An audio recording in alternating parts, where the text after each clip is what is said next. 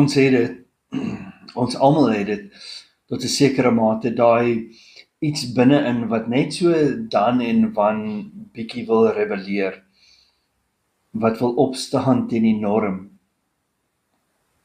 Dit maak jou nie noodwendig 'n rebel nie, in die slegte sin van die woord natuurlik. Maar soms moet jy bietjie jou rug styf maak. Dis deel van die menslike natuur.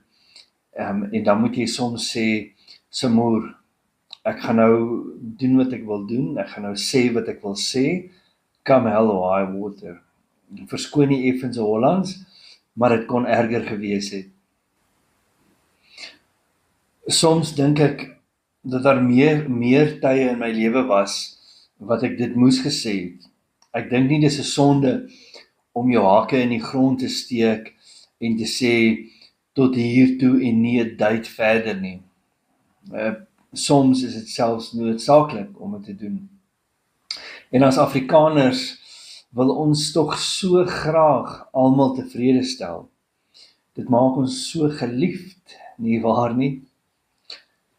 Tog is dit juis dit wat ons as Afrikaners gevorm en gebak het tot die volk wat ons tot vandag toe nog grootliks is. Dit was tog nie 'n klomp ja-broers wat destyds Europa vaarwel geroep het. Nee, ons voorouers het murg in hulle pype gehad om die onbekende in die gesig te staar deur te sê tot hier toe en nie verder nie.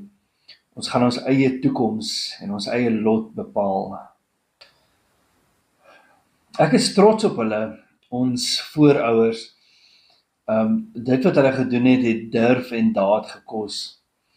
Ek is nou nie eintlik 'n geskiedkundige nie, maar logika sê vir my dat die tog van Nederland of Frankryk, Duitsland of van enige van daai Europese lande geen plesierrit was nie.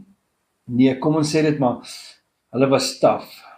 En ons dra steeds daai rooi bloed onder ons lig gepigmenteerde velle. Moenie toelaat dat jou gees onderdruk word.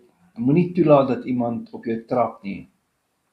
By jou werksplek, tussen vriende, familie, by die skool, waar ook al.